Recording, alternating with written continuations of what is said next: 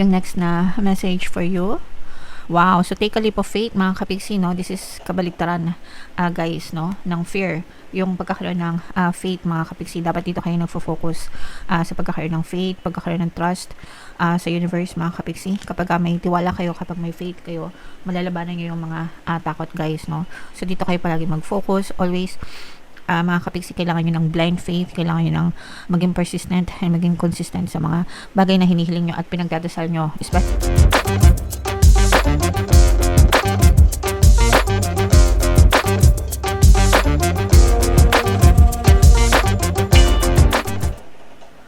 Hello guys, hello Scorpio, welcome back to Pinay Pixie tayo.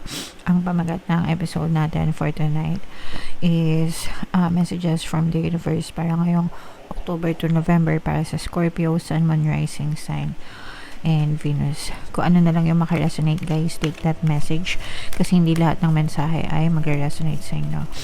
So unahin natin tong deck na to mga kapiksi. Yung first message para sa inyo, we have children, guys. Hindi ito mag-resonate sa lahat, no? But if in case it resonates with you, take the message. Kung meron kayong mga anak, mga kapiksi, may mga bata sa bahay nyo, pamangkin, mga anak, batang kapatid, mga inaanak, whatever, guys. You really have to take care of them. Even yung mga teachers, no? Kung mga teachers kayo, tapos ang mga estudyante nyo is mga elementary, usually mga preschool, guys, no?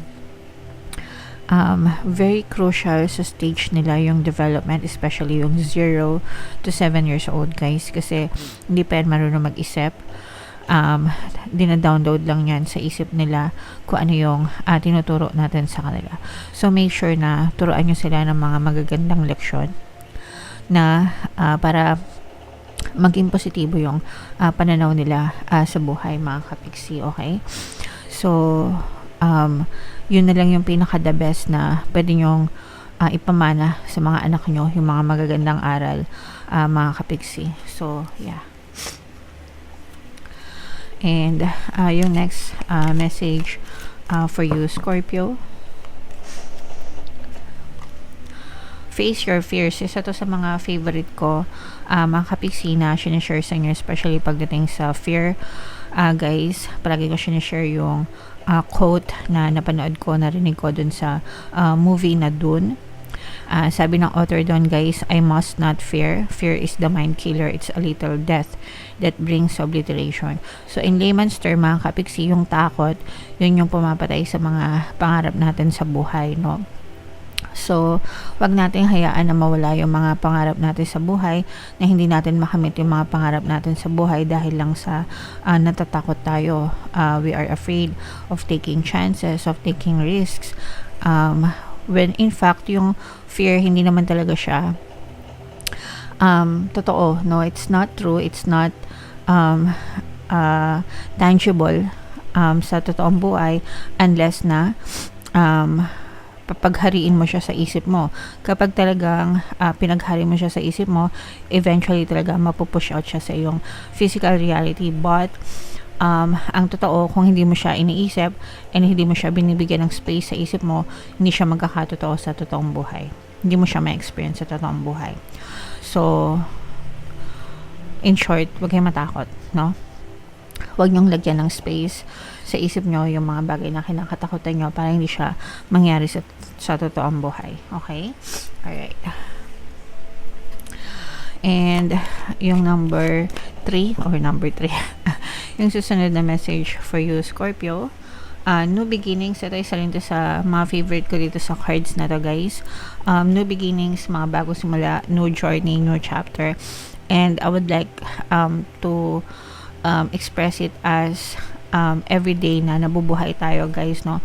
Binibigyan tayo ng bagong chance, bagong simula ni universe to change our life, no? To live the life that we want, mga kapiksi. So everyday na gumigising kayo, guys, itanong nyo sa sarili nyo, what am I going to focus on today? Anong ifo-focus ko sa araw na to, no? Parang reminder siya everyday na gumigising kayo, anong ifo-focus ko. Kasi kapag hindi nyo tinanong yan sa sarili nyo, guys, ang nag-autopilot yung isip nyo. And most of the time, ang fino-focus niyan yung mga problema, yung mga kalungkutan na nararanasan nyo because it weighs so much, no? Ibig sabihin, mabigat yung timbang ng mga problema sa buhay natin. And araw-araw na gumigising kayo, kapag doon nakafocus yung isip nyo, asahan nyo everyday, mamomroblema kayo. Okay? But, kaya nga sinasabi ko, new beginnings kasi everyday na gumigising kayo, meron kayong chance na baguhin yung pattern of thoughts nyo according dun sa mga desires nyo, no?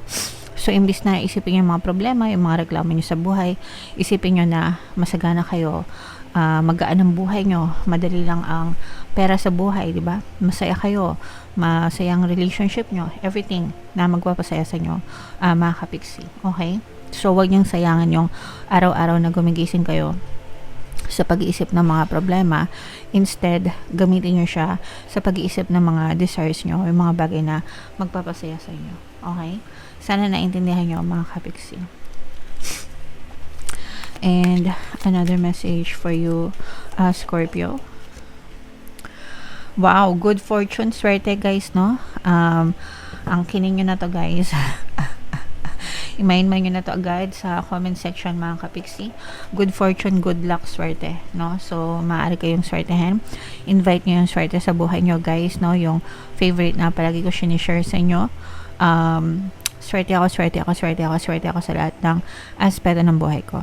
And the more na ina-affirm nyo yan guys, the more na sinasabi nyo yan, the more na makaka-experience kayo ng mga evidences na suswertehan kayo, mga kapiksi. So, example na lang, best example nito ay ako. Kasi every time na nagvi-video ko and every time na swerte yung lumalabas sa mga cards nyo, I always share this affirmation to you, and in return guys, natatanim siya sa subconscious mind ko. And as a consequence, ang dami ko ng swerte na na-experience sa buhay ko, mga kapiksi. Too many to share, no? But yeah, sabihin nyo lang yan palagi guys, and i-comment nyo na rin sa comment section. Talagang suswertehin kayo ng bonggang-bongga, mga kapiksi.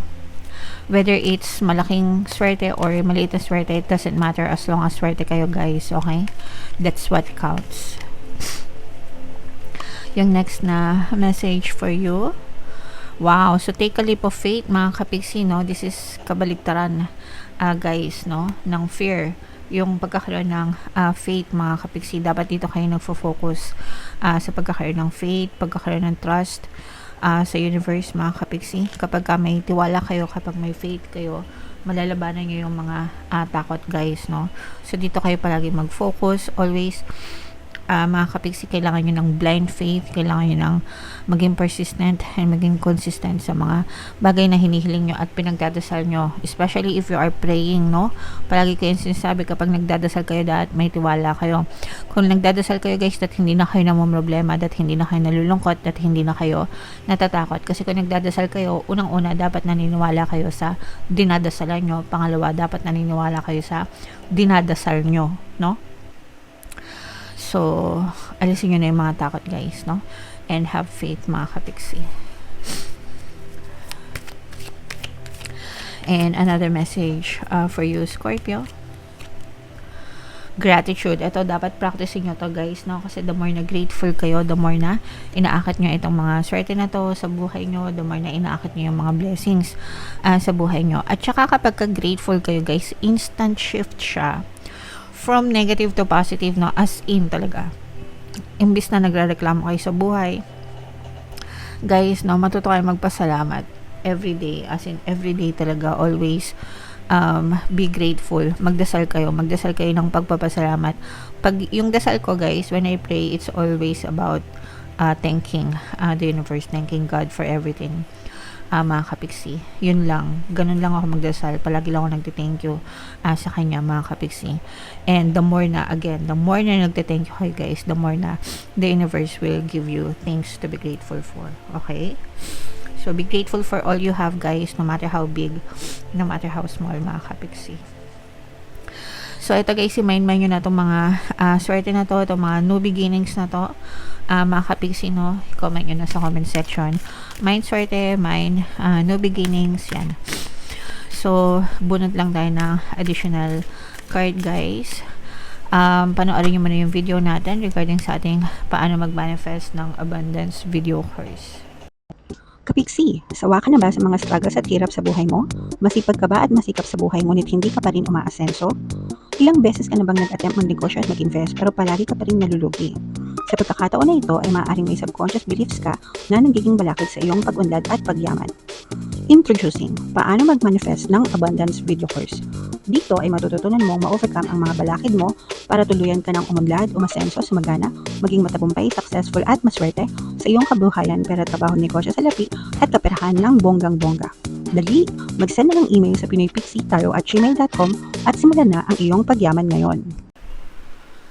Alright, so sa lahat ng gusto mag-avail ng course guys, meron tayong paano mag-manifest ng abundance video course, paano mawala ang third party at magkaroon ng harmonious na relationship, paano pabalikin si ex, revise breakup. Sa mga interesado guys, mag-send lang kayo ng email sa pinoypixitayo@gmail.com. Sa mga naghahanap ng pampaswerte pala guys, Aventurin at saka si Train, may mga makikita kayong link sa description box. So eto guys, no, yung message sa inyo, forgive guys, magpatawad. Mga kapiksi, sa mga taong nanakit sa inyo, sa mga taong nakagawa sa inyo ng kasalanan. And kapag nag-forgive kayo guys, binibigyan nyo yung sarili nyo ng freedom, no? Kasi kapag hindi kayo nagpapatawad, naiipon lang sa loob nyo, diba? Yung anger, hatred, grudges, yung toxicities, yung stress, diba? Naiipon yan sa loob nyo, and hindi yung gumawa ng kasalanan sa inyo, hindi sila yung nagdudusa, kundi kayo yung nagdudusa doon sa mga negative emotions na yun, and therefore negative experiences din yung nararanasan nyo. Kumusta naman yung mga gumawa ng kasalanan sa inyo? Wala silang konsensya, masaya lang sila sa ginagawa nila. But if you forgive them, you are freeing yourself from those negative emotions, and yung mga gumawa ng kasalanan sa inyo, mga kapiksi, babalikan sila ng bad karma, and the universe is taking care of that.